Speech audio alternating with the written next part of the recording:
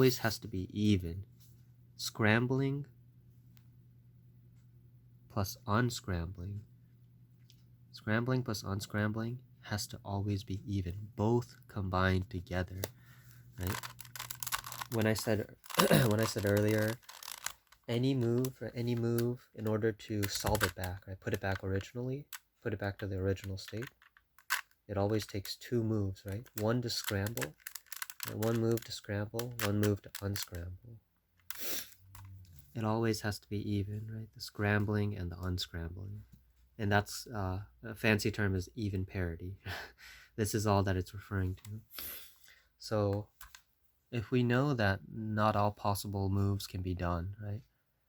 We can never have if it's an even parity, right? Scrambling plus unscrambling cannot, right? It can't be odd, right? It can't be odd. There we go. Just to make it more clear. Even.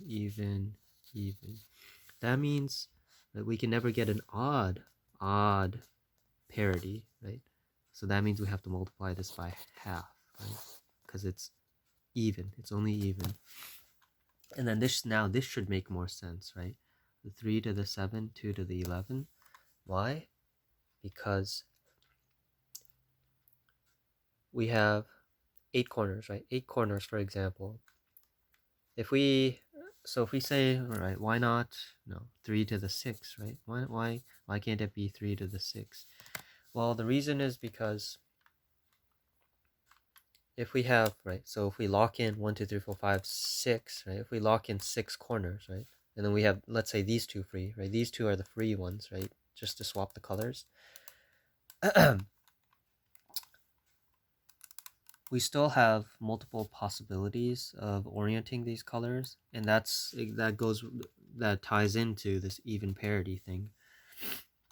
Whenever we have two, right, since it's even parity, when we just want to swap colors of two pieces, right? Swap colors of two pieces, it'll always be possible, right? There's always some sort of move where you can flip one and then flip some other color, right? They both have freedom, right, to change colors. And that's because of this even parity thing, intuitively speaking. Right? Because if you do this move, right? If you do this move, it takes one move to do it and then one move to go back. So if you connect that to changing colors of corner pieces, for example, doing one move, you're always able to swap two pieces, right? Pairs of pieces.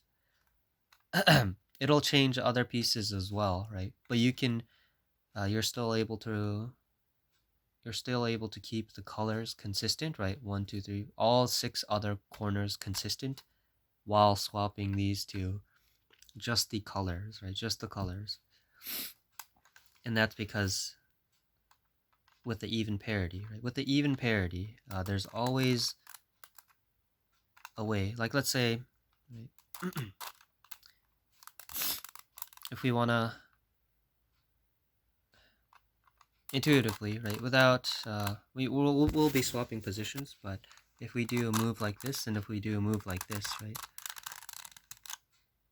these two corners, right, these two corners have always been paired with each other, right?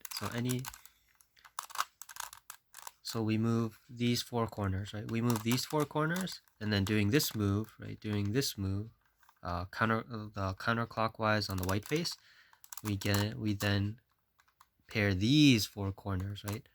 But we paired these 2 corners already from before, right? From the last move, which means there's always a way to pair, right? There's always a way to pair corners, right? And that's because of this whole thing, right? Whenever we make a move, all 4 corners have to come along, right? They all come along for the ride, right? They're all connected together.